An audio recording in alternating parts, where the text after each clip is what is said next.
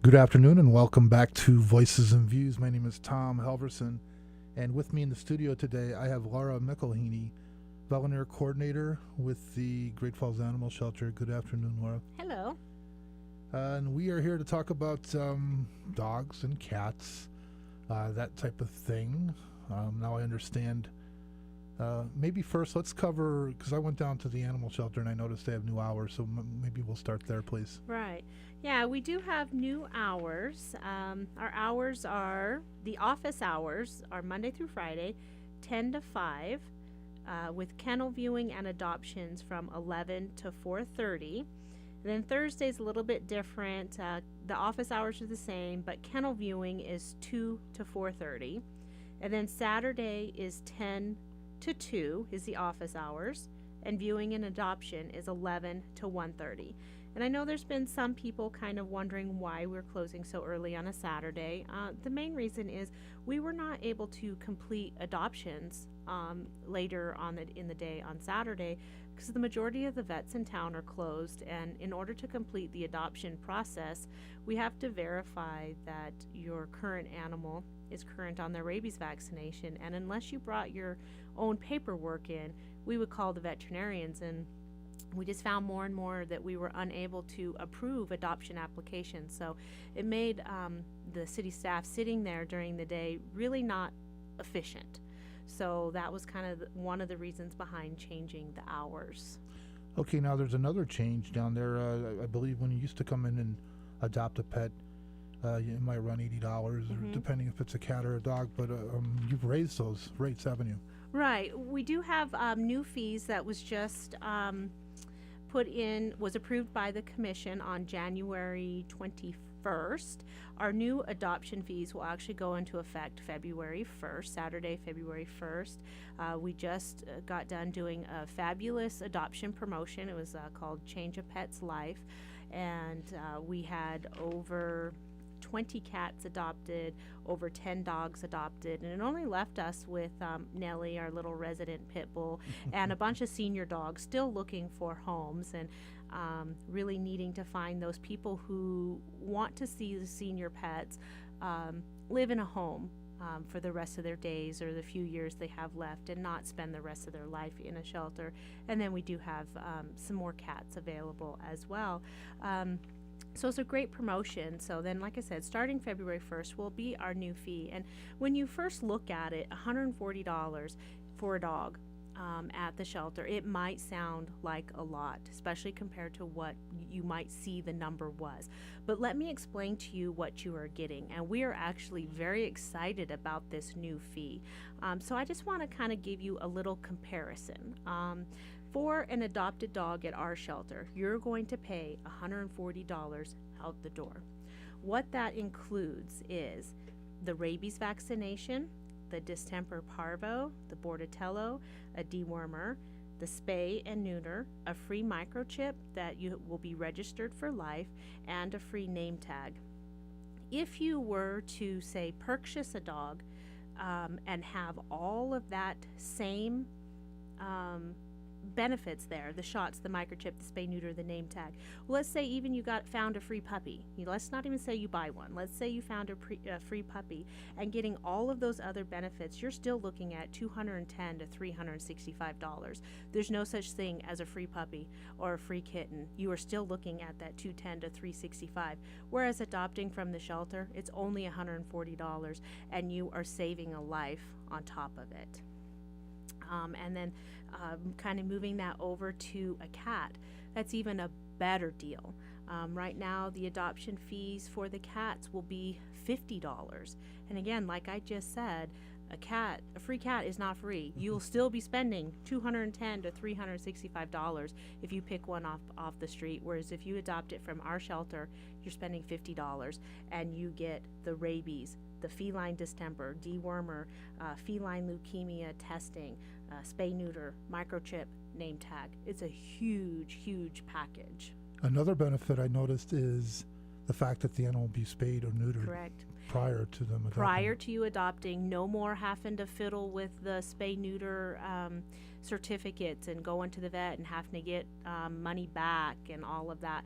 It'll be already done for you. Now, there will be some, certain circumstances where you may still have these spay-neuter certificates, like for kittens. If they are not old enough to be spayed or neutered yet, then yes, you will have to have the spay-neuter deposit, but we've decreased that deposit down to $50 instead of $200 like it used to be. And then for dogs, if there's a puppy in there that's too young, the spay-neuter deposit is now $100 instead of $200. So again, we've really reduced a lot of things. And then the other time you might have to deal with these is if you live out of town and you're unwilling, like if the animal was not already spayed and neutered. Like, we're hoping to get everybody already done. It's going to take us some time to work through all of the animals we have at the shelter, so eventually they all will be done. But if you happen to adopt an animal that hasn't been done yet, we will transport them to the vet for you, so it might be a 2 to 3 day wait. But if you don't, in that way you don't have to worry about the deposit. It'll be the same $140 for the dog, $50 for a cat adoption fee. However, if you live out of town and you do not want to wait for us to do that, then the deposits will come into effect again. I have to compliment whoever is keeping up on your website. One thing I've noticed is you've listing the amount of animals that are available for that day, and I've seen it up to like 70 and down to like 50. Right. I think that's really good. I mean, that includes cats and dogs. Right, yeah, it includes all the animals in the shelter. And bunnies. And bunnies, right. We Right. have 2 bunnies. Yeah, Pet Finder has been kind of a challenge for us keeping it updated. We have a very small staff, and we had very, very slow computers. Well, we've recently upgraded to new computers, so we're able to upload photos. And then our new vet tech kind of took Pet Finder under her wing. So between her and the volunteers now working on it, Pet Finder is pretty current. I mean, we get the animals up almost immediately. Now, during that last promotion that we had, Change a Pet's Life, it ran 2 weeks, and the adoptions were very, very successful. So they were a little bit slower coming off of the site. They may still have been seen on there, but yet they had been adopted. Again, just trying to play catch up because we were so busy. A couple of sad luck cases down there. I was keeping my eye on Maggie, a German Shepherd, an older German Shepherd, Right. and a cute little girl named Sally. She was a Labrador, I believe, mixed, but an older girl. Yep. And to me, it's very just satisfying to go to the website and see that they have been adopted. Right. Somebody right. is out there looking out for the older senior pets. Yes. Another thing I noticed on the website were the cats, and I want to bring this up because sometimes when you think of adopting cats, you just think of the black cats or the tiger cats. But when I was looking at the picture of the cats, I've noticed there's so many beautiful cats. Yeah. I mean, We have like all Siamese. varieties. I mean, honestly, if you are looking for a cat, we've got long hair, short hair, medium hair. We've got calico. We even have a Persian in there. I mean, Siamese. We have a huge variety of cats. Okay, and again, if somebody wants to look at the website, where might they go? www.greatfallsmt.net/animal shelter. That will be our website, and then there's lots of different places that you can look, about the volunteer program, about donating, pet owner resources. That's where you can look for city ordinances and different things in the area, and then our hours are on there. And then the adoption tab is where you could go to, and that will link you up to Pet Finder, and that's where you will see the available animals. Now, not just only available for adoption pets in this area, but I've noticed on the Pet Finder there's other animal shelters in this area, Right. and breed specific too. Exactly. There's a lot of animal shelters and rescues that use Pet Finder. It's a very well-known site for animals needing new homes. So if you're looking for anything specific, you would go in the search criteria, and you can put in our zip code. You could type in just our shelter if you're just interested in our shelter. But if you type in the zip code, you can find all the animals in Great Falls, and then you would just look to see where they're located. let's take a moment and talk about how these animals are fed. I know in the past, the shelter used to pick up food from like Sam's and Walmart, but it's a little bit different now. Can you explain that, It's please? a little bit different now. It's a lot healthier for an animal to be on one consistent diet. No matter what that diet is, it needs to be consistent. It's not healthy for them to switch around from day to day. So we're on the Hill Science Diet program, and they provide us the food for free for all of the animals in the shelter. Well, dogs and cats, not the bunnies. The dogs and cats. And then we pay for the shipping to get the food to our shelter. So when people want to donate food to us, what we would recommend is that they take it to the My Neighbor in Need, which is in Times Square. We can still take it, and then we're kind of like a middleman. In the end, we're giving it to the My Neighbor in Need. Speaking of the bunnies, are we just sticking them out in the fenced area and letting them eat grass, or do we feed those things? No, we feed them. We have, rabbit food and Timothy hay and shavings and treats. And there's a lot that goes into the bunnies, and they are actually a lot of work to keep clean on a daily basis. The shavings are like everywhere. But they're fun. They are a lot of fun. I love them. They are the sweetest things. I walk around, I carry them every morning.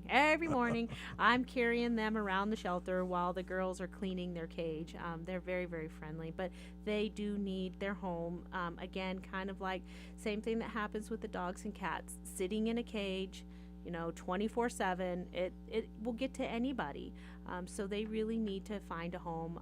They are potty trained. They use a litter pan. The female uses the litter pan very, very consistent. The male, sometimes we see that he does go outside of the litter pan, but he does use it the majority of the time as well. So they are housebroken. Just come on down and Come see 'em. on down and adopt them. Bring a carrot. Speaking of the fencing outside, I've seen the fencing out there, and don't see a lot of dogs out there many times. But what do you use that fencing for? Yeah, the dogs never stay out there unattended. What it's used for is the volunteers use it on a daily basis to exercise the dogs. That's where they go for the dogs to have their off-leash time. Because while the volunteers are there, their job is to make the animals more adoptable. Their job is not to get them out to go potty. That's the side benefit to them being there. So while they're on leash, the volunteers are expected to make the animals behave. So that being said, they still need their free time. So they use those kennels to let them off leash so the dogs can have their free time and have fun, chase a ball, and kind of do what they want, just have fun. That's Soak what up the it's used sun. for. Yep. Sure. Now, you guys fat and sassy down there? You have everything you need, or do you have a wish list, or what? We never have everything that we need. It seems like we're always asking for something. But we do have a wish list. Again, going back to our website, the greatfallsmt.net/animal shelter, there's a menu item called Give. And there's several items that, just kind of read through and see what piques your interest. We are in need of all of it. We've got a wish list. That's where you can purchase certain items that we tend to go through a lot. Then we've got the Guardian Angel program that helps pay for emergency medical care for the animals in the shelter. Like Lainey, when she needed the surgery for her knee, when people donated for her, that's where it went. It went into the Guardian Angel program so that we could pay for her surgery.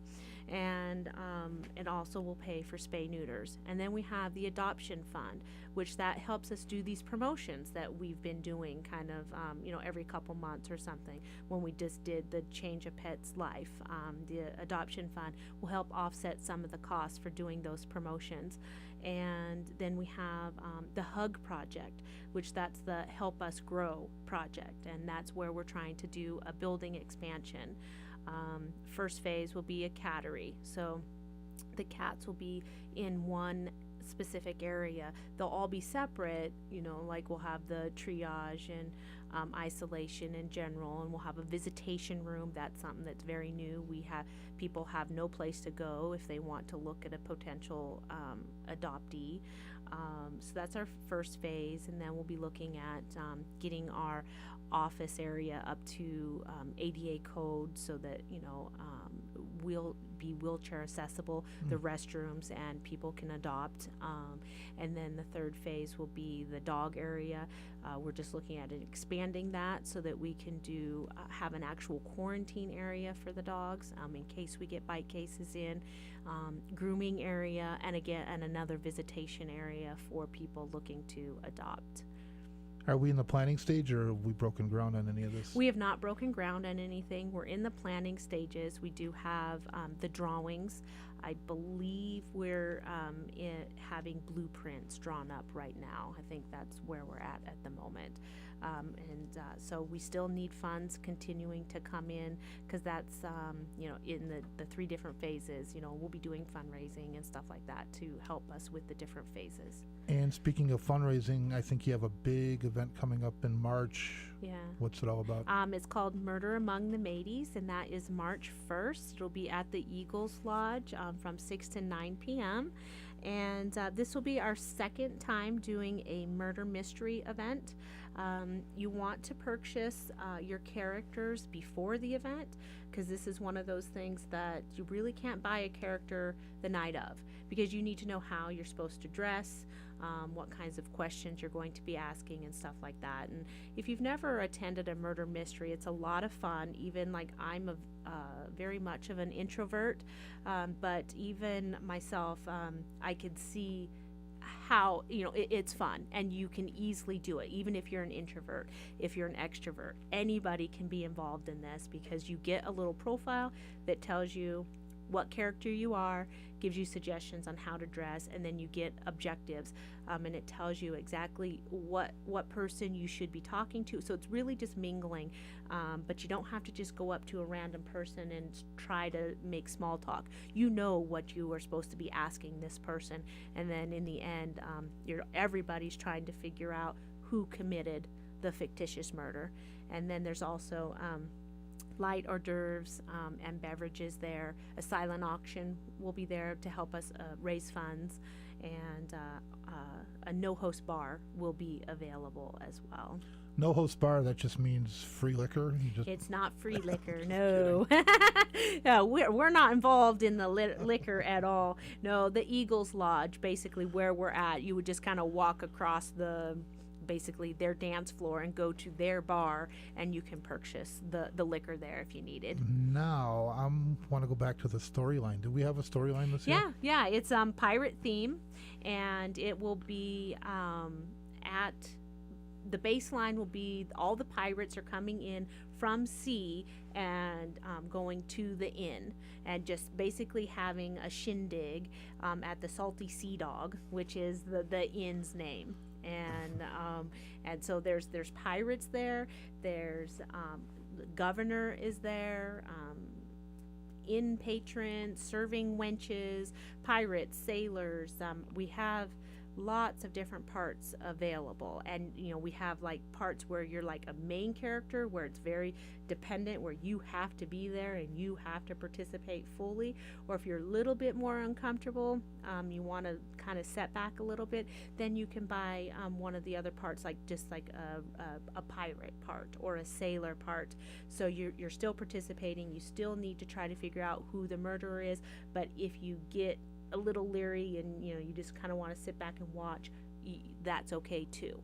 Do you have pointers to how to act, or maybe how to approach another character? Right, and that will all be spelled out in the profile that you get when you purchase that character. It's a whole page that tells you basically who you are, and who you like, who you don't like, what your boyfriends are or your girlfriends, or who you're married to, or it gives you all of that. And then down at the bottom it tells you what type of dress you would wear. Like obviously the governor people would be wearing nice dress up kind of clothes, where the pirates are going to be more in pirate, swords and that kind of stuff. It'll tell you that kind of clothing, and it'll also give you a website to go to for even more tips on how to act like a pirate, what words to say, that kind of stuff. That sounds like a lot of fun. It actually. is. It's a lot of fun. And like last year, watching people get into their character, it was a Oh, hoot. It was a wow. lot of fun. So who knows who done it, so to speak, before everyone else does? Does anyone know? I'm the only one who will know. Oh, I do not have a part, and I will be the only one who will know. do you know already this year? I do. Okay. I guess I can't ask any. No. No further questions. You cannot ask me any further questions. Again, recap that event one more time. That is the Murder Among the Mateys, and it is a murder mystery event March 1st at Eagles Lodge from 6 to 9 p.m. But call me, and we can go over what character you would like to purchase. Characters are $25 each, or $45 for a couple. And all the information is on our website as well. This will be a headline right when you go there. You'll see it. Now, back to the shelter. Are there any sad luck cases down there right now? Someone who really Yeah, we needs got some poor help? little Nellie. She is probably our sad child right now. She's a little pit mix that she's misunderstood. If that's, maybe what I could say about her. She's absolutely gorgeous. If you look at her on Pet Finder, she's a beautiful dog, all muscle, no fat, very refined. She's a beautiful dog. However, she's been in the shelter for too long, and being cooped up has kind of changed her behavior when she's inside. You get her outside and she's back to her normal sweet self. But when she's walking by the kennels, or when people are walking by the kennels, she tends to bark, and she's got a dark face, real pretty eyes, but that tends to look scary when you get the bark through the kennel. And then when you walk other dogs by, she's really, really trying to bark after those dogs. We do not really know how she would behave with other dogs. That's something in our shelter we don't do. We do not let the dogs mingle with each other for safety reasons. We don't have a full-time animal behaviorist on board to be able to watch these animals all the time. So it's easier to always err on the safety side. So we just don't let them mingle. So we don't know how she would necessarily be. But you get her outside of her kennel, she fetches, she'll play ball. You throw the ball up in the air, she jumps up in the air and catches it. She sits, she can shake. You tell her sit pretty, and she'll sit up with her front feet up. So she's a fabulous dog, very, very sweet. She just is misunderstood right now in the shelter, and she's not expressing herself in the right way. I have to let the listeners know, even when I went to the animal shelter and adopted my last time, I adopted a beautiful German Shepherd, and he would jump up on the cage and bark at you. And I could tell, though, it wasn't a mean bark. It was, hey, I want to get out of here type bark. And so I don't want that to fool you. Sometimes, you get those dogs out of there and they just revert to a perfect pet. Exactly. And we really wish that people would kind of understand that a little bit more. And the other thing is too, like, everyone who comes in the shelter is a stranger, and we all expect our dog to bark at a stranger, so a dog isn't going to just naturally say, oh, here's a friendly person, I want, come see me. I mean, there are some dogs like that, but there are other dogs that are not, so they just need to get a second chance and just ask to see the dog outside. You're going to see more of their personality outside than you are in the kennel. Boy, are we forgetting anything? Is there anything else you want to touch on? Maybe another quick little go over the fees again. Okay. Like the adoption fees, we kind of went over that, which is the wonderful package deal that we're all excited about. But then our redemption fees. People no longer have to be afraid to come pick up their dog at the shelter. Our redemption fees are substantially lower than they used to be. You're just looking at an administration fee just for us to do the paperwork, and then triage vaccination fee of $20, and that is only applied if your animal were to be there longer than the 72 hours, because we don't do that until after they've become city property, so to speak. And then if your dog is not current or your cat is not current on rabies, then you would have a rabies deposit that you would pay. The cost of care is $10 a day. And then that's really all it is. So the majority of the fees will incur, at that $10 a day. That's what will keep going, $10 a day. So the sooner you get up there, the less your fees will be. So we do not want you to be afraid to come up and get your dog. And then on that side of it as well, get a city license. If you're in city limits, city licenses are required anyway, but the benefit of it is you will get your dog returned to you quicker, and you will not have the huge amount of fees to pay. In fact, if an animal control officer picks your dog up and you have the city license, they could call you, and if you can come get that dog immediately, the dog may not even end up in the shelter. But if it does end up in the shelter, then we can call you and you come get your dog immediately. There's not very many fees involved with that. So that's a huge benefit to getting the city license, is then we can call you if your dog accidentally gets lost, or your cat. And then we're microchipping now. That's a huge benefit, even to the public. You can bring your dog into the shelter, and we will microchip them for $25, and that includes a lifetime registration to Home Again. I am just curious, how is the shelter funded? I know with these programs, all the money comes back to support the shelter. Is that the only funding our funding, we are part of the general fund, so we do receive city money. Our budget is about $500,000 this year, but really all that pays for is our normal day-to-day operating costs. Feeding the dogs, the electricity, salaries, things like that. That's what it pays for. It does not pay for all of this extra, getting the animals spayed and neutered, getting their rabies shots, getting the animals ready for adoption, because sometimes a lot of stuff has to go into the animals to even get them ready for adoption. We have to get them spayed neutered, we have to get the rabies shot, but we have to get their health up to par before they can be adopted. So there's a lot that goes into these animals that is dependent on our fundraising and donations from the public. Any final thoughts? Come on down. Yeah, just come to the shelter, give us a visit. If you haven't been there, in a while, definitely stop by. We've done a lot of improvements over the last year or two.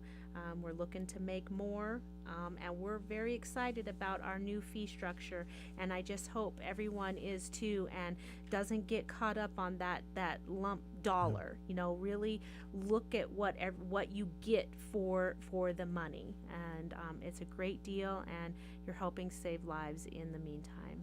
How about some contact information, a website and a phone number, please? Website again, greatfallsmt.net/animal shelter. Our phone number is 406-454-2276. Laura McElhinney, Outreach Coordinator with the Great Falls Animal Shelter. Thank you for being here on Voices and Views. Thank you.